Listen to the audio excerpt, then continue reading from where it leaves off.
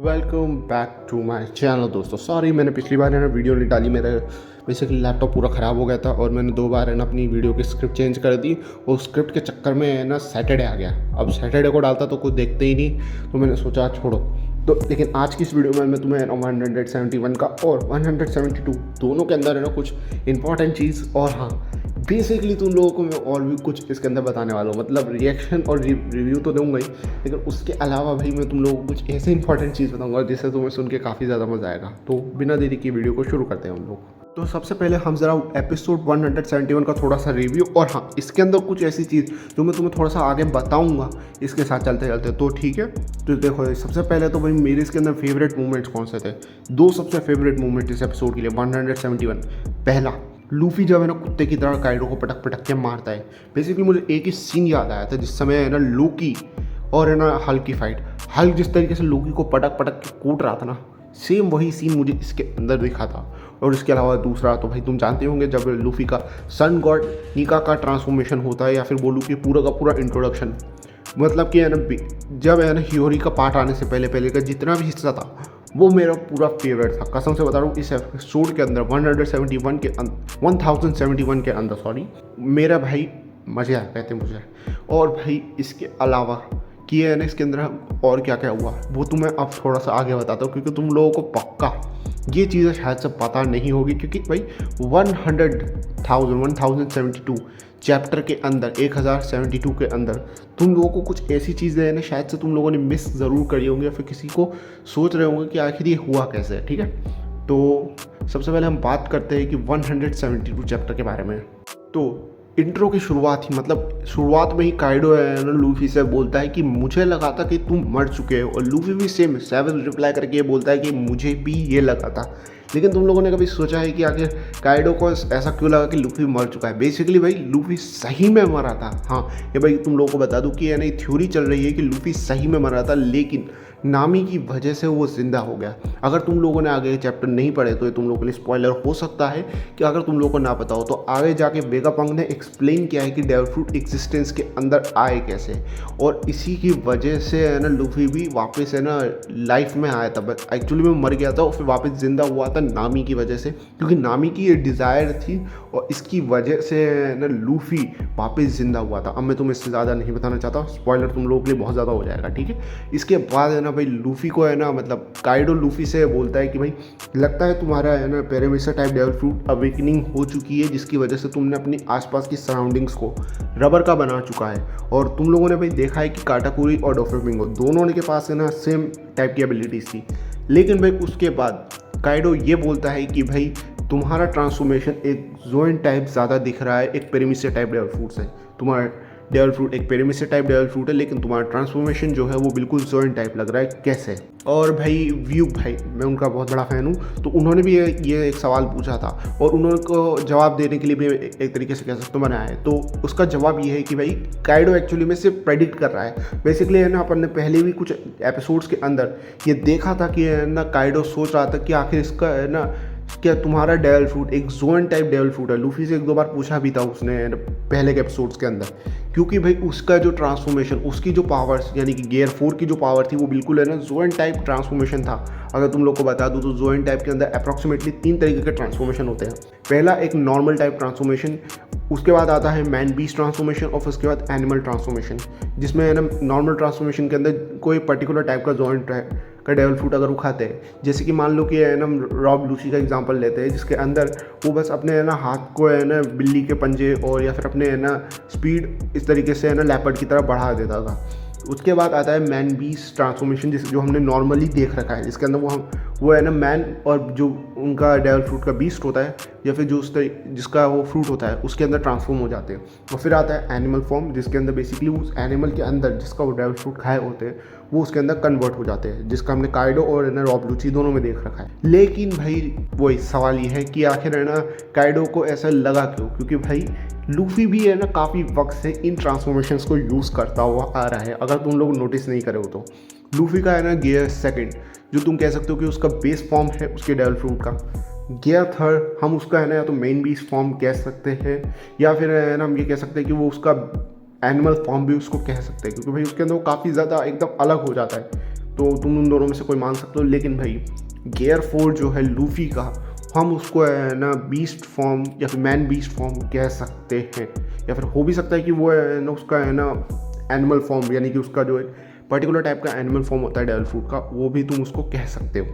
अब भाई सीधा बात करते हैं भाई रिएक्शंस और बेस्ट मूवमेंट्स। भाई कसम से बता रहा हूँ इस चैप्टर के अंदर काफ़ी बढ़िया बढ़िया मूवमेंट्स मुझे लगे, दोनों एपिसोड्स के अंदर काफ़ी बढ़िया बढ़िया मूवमेंट्स थी।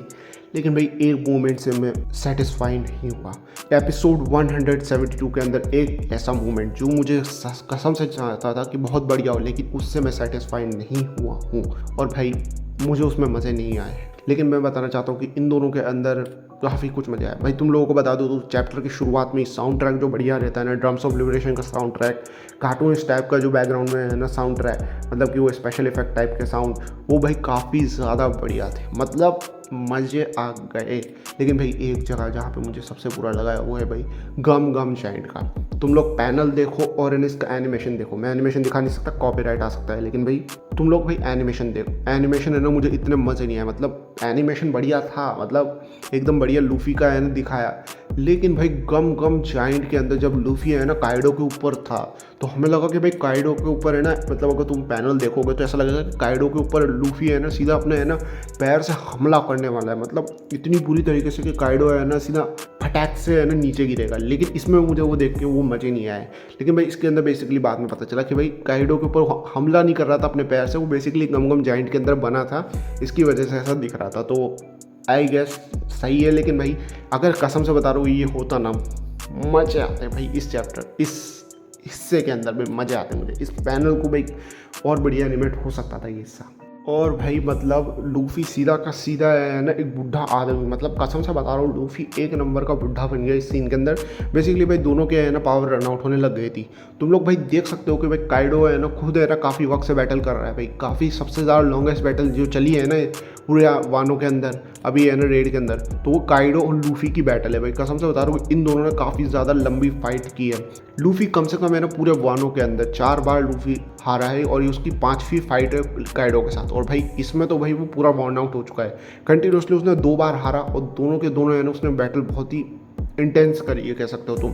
और उसके बाद भी भाई वो पूरा इस तरीके का दिख रहा है। और फिर भाई इसके बाद आई भाई इन लोगों ने एनिमेशन की क्वालिटी ही चेंज कर दी, मतलब एक तरफ फनी चल रहा था और एक तरफ मतलब पूरा ही चेंज, मतलब मज़े आ गए भाई। उसके बाद तो तुम लोग भाई एनिमेशन की क्वालिटी की फ़ोटो दिखा रहे हो तुम लोगों को, ये देखो, इसको देख के तुम्हें क्या लग रहा है भाई? कसम से बता रहा हूँ ना ये मेगुमी शिटामी का काम है। इसके अंदर मुझे कसम से बता रहा हूँ कई ऐसी मूवमेंट्स के अंदर भी मेगुमी शिटामी का काम लगा था। अगर तुम लोगों ने 1015 एपिसोड देखा हो तो तुम लोगों को यामाटो को ये वाला पिक्चर याद होगी और ये पिक्चर देख लो भाई तुम, दोनों के अंदर साफ साफ पता चल रहा है ये मेगुमी शिटामी का वर्क है। तुम कह सकते हो भाई ये उनका आर्ट का पूरा जो बताने का होता है ना कि मेरा काम हो रहा है, ये उसके अंदर तुम उसके अंदर उन्होंने बताया है।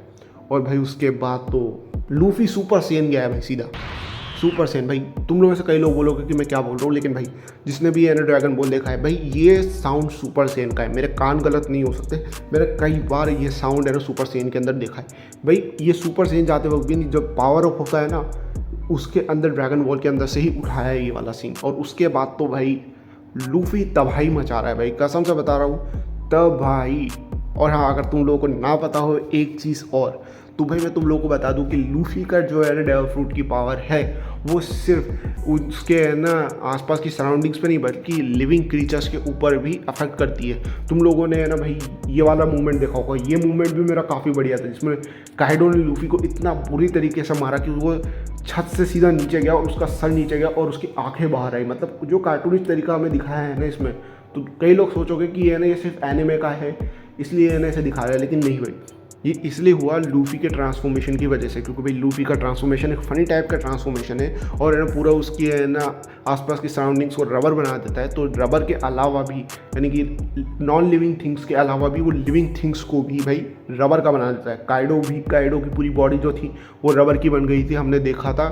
और है ना चैप्टर के अंदर तुम लोग अगर एपिसोड देख रहे हो तो सही तरीके से काइडो पूरा फूल गया था, तो एक्चुअली में वो रबर का बन चुका था। काइडो ने बोला भी है कि मेरी बॉडी रबर की नहीं है। तुम लोगों को शायद से बात है ना ठीक तरीके से दिखी नहीं होगी कि आखिर है ना, कई लोग सोच रहे होंगे कि भाई यूँ ही हो रहा होगा, लेकिन ओडा सेंसेई इज ग्रेट भाई। वो पूरी जो भी ठूसते हैं ना पावर के बारे में भी भाई पूरा पता नहीं कितनी बार उन लोगों ने रिसर्च करके अलग अलग टाइप के एपिसोड्स और कई अलग अलग टाइप की है ना भाई मांगा पैनल्स क्रिएट करते हैं यार। और भाई आखिरी चीज़, क्या भाई वन पीस ने क्या इंटरनेट ब्रेक कर दिया? गियर 5 ने क्या इंटरनेट ब्रेक कराया? तो जवाब है ना भाई, सीधा सीधा मैं बोल रहा हूँ भाई, गियर 5 ने इंटरनेट ब्रेक नहीं किया है भाई। इंटरनेट ब्रेक करने का मतलब ही कुछ और होता है और गियर 5 उस लेवल तक पहुँच नहीं पाई कुछ रीजंस की वजह से, जो किसी और वीडियो में बताऊँगा, क्योंकि भाई वीडियो लंबी हो चुकी है भाई, बहुत ज़्यादा लंबी हो गई है वीडियो।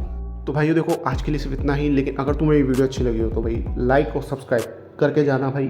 और हाँ भाई, अगर तुम लोगों को मेरी कोई और वीडियोस देखनी है तो डिस्क्रिप्शन के अंदर कुछ लिंक्स मिल जाएंगे और चैनल के ऊपर जाकर भी तुम चेकआउट कर सकते हो। और इसके अलावा मैं वन पीस की काफ़ी सारी थ्योरी वीडियोस तो आएगी, लेकिन उसके अलावा कुछ बढ़िया वीडियोस जो मैं ना वन पीस के ऊपर लेकर आने वाला हूँ। और भाई अगर तुम लोग सोच रहे हो कि भाई वन पीस का भाई गियर 5 का भी भाई ख़त्म, तो भाई नहीं भाई अगले अब जो एपिसोड्स आने वाले हैं ना भाई, उसके अंदर भाई मैं काफ़ी ज़्यादा एक्साइटेड हूँ, स्पेशली एक एपिसोड के लिए भाई, जिसका अंदर सभी इंडियंस मतलब बेसिकली है ना, ज़्यादातर है ना इंडियंस उसके अंदर एक्साइटेड हो गया। वो 2 एपिसोड या फिर बोलूँ कि पहला एक जो जिसके लिए सबसे ज़्यादा एक्साइटेड हूँ वो है भाई गम गम बजरंग गन वाला पैनल। भाई मैं देखना चाहता हूँ कि भाई वो कैसा बनता है भाई। मतलब तुम लोग सोच सकते हो, जिसने मांगा पढ़ रखी है उसने नीचे है ना रेफरेंस में कांजी पढ़ रखा होगा, इसका मतलब क्या है भाई, उसके लिए मैं काफ़ी ज़्यादा एक्साइटेड हूँ। फिर से मिलते हैं नई वीडियो में, तब तक के लिए भाई सायोनारा।